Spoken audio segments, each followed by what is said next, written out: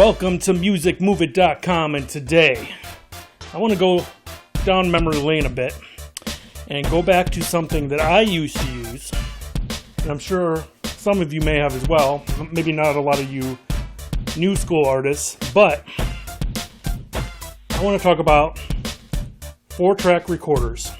Now, the 4-track recorder was how I learned to do basic mixing. So what I would do, I started getting into music during high school. I was into music even before then, but more trying to be professional at it, I guess you could say.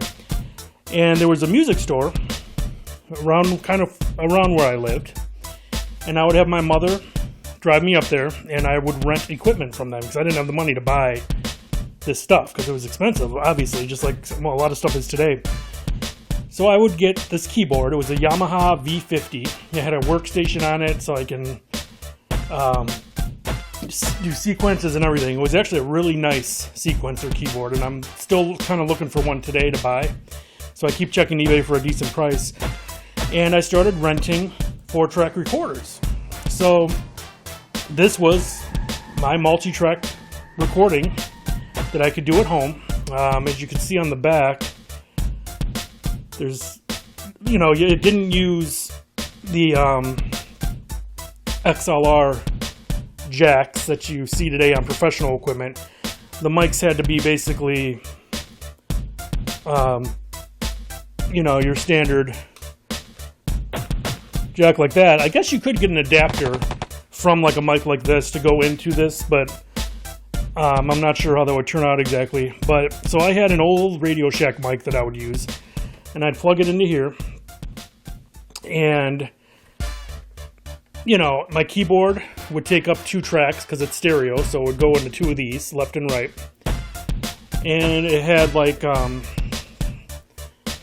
everything you basically could need. It's just like headphone out, headphone levels here. The trim, when you plugged in the mic or the keyboard, you can adjust the trim here. The one I used to rent, this only has 2 tracks, but it's a 4-track recorder, but it records 2 tracks at a time. The one I actually had before had the 4 tracks, and it was nice. It had the faders.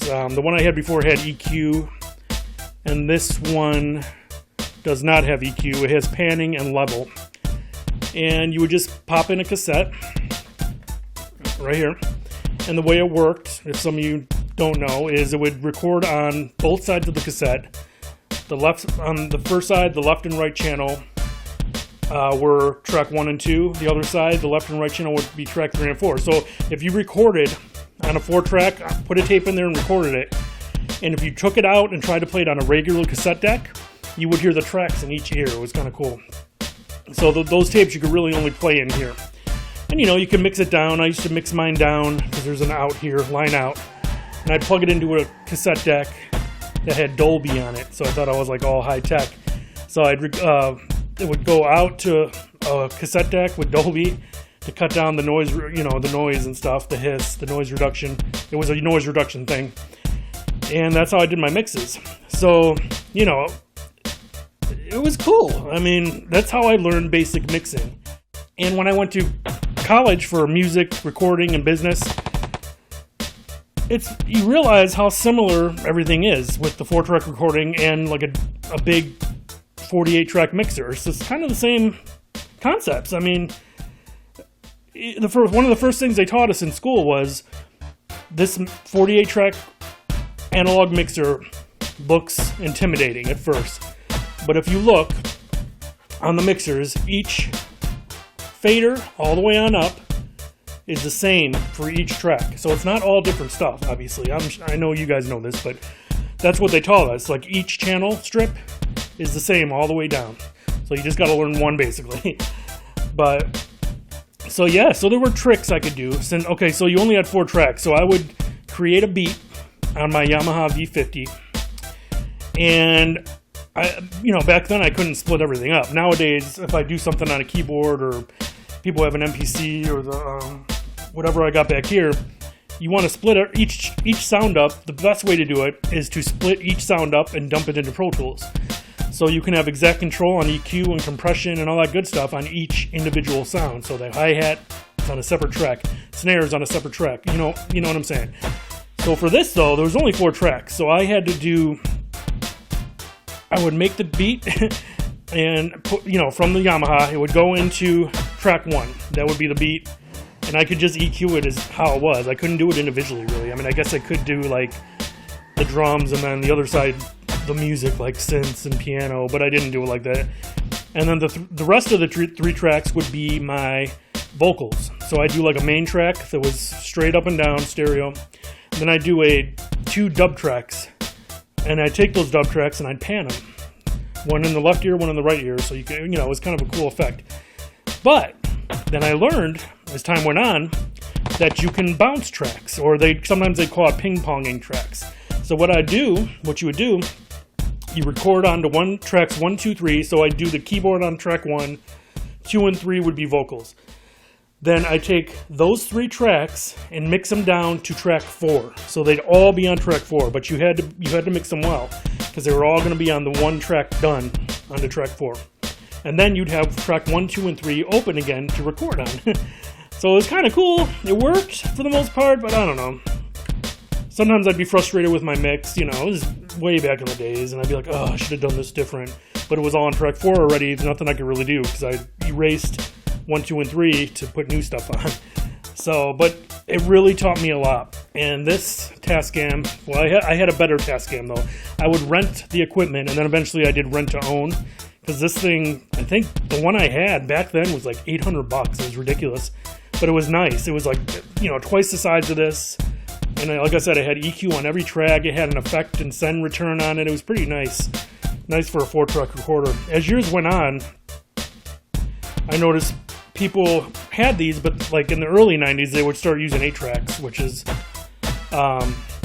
same concept. Then they started doing digital for 8-track recorders, which is cool. But I miss the old school cassette one, because that's what I grew up on in my teen years, trying to do my own music.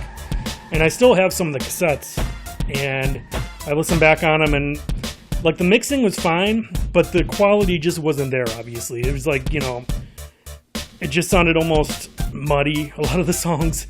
Maybe I just didn't EQ enough high end or something, but I mean, it's a 4-track recorder. You can only get so much of a good sound out of it. But some of my ideas back then were kind of cool, the way I would pan stuff and pan my vocals a certain way, or sound effects or whatever. So I had a good time working with that 4-track. I think I sold it years ago. I wish I would have kept it. And just recently I ended up finding this one at a pawn shop, so I bought it just to have it and mess around with it. I actually have some of my old cassettes that are 4-track cassettes that I could put them in here and actually listen to my recordings from back in 1991 to 1990. Yes, I'm old. But that's when I was doing the 4-track thing. And then, of course, I started getting more and more serious with my music, and started helping this guy produce a record in Cleveland, where I used to live, and that was a real deal studio. And that's when I started working in real studios, like 24-track, real tape. This is before Pro Tools even. So, but I just wanted to share this vintage equipment. I love it. If you ever find something vintage, don't be afraid to buy it. I mean, this is a 4-track, so obviously you're not going to record on this, maybe for fun. But vintage keyboards, drum machines, use them. The sounds are amazing on them, on some of them. I mean, a lot of them were 16-bit sounds, but I still love the old school synthesizer analog sounds. I always look on eBay and things like that to find older ones. There's a couple Casios that sounded great way back when. A couple of them had sampling options too. And it was a very short sampling time, but it's cool to use. Why not, So, but that's about it. If you like this video, maybe I'll do some more memory videos on equipment I used to use, or just things that went on way back when recording was a lot different. I mean, it's not much different now. It's just all digital. So, please, if you like this video, give it a thumbs up. Also, subscribe to the channel. I have a lot of great music business tips and advice and things like that. Leave a comment. Did you used to work with 4-track recorders or anything similar like that? Let me know. I'd love to read the comments. So, I will see you next video. Thank you. Thanks for watching my videos. And I wanted to tell you about a few things. I'm going to leave some links in the description below. so make sure you take advantage of them. I want you to check out and download our ebook. It's a step-by-step guide to release your own music from start to finish. Check out the link below. It's called Release Your Own Music, a step-by-step guide. Download that today. Also, Jango Radio, it's a streaming service like a Pandora, and they're doing a special offer with me where they're giving artists and bands 100 spins on their streaming station. You just got to click the link below. You can only use this link to get that offer, and you must be a new Jango user.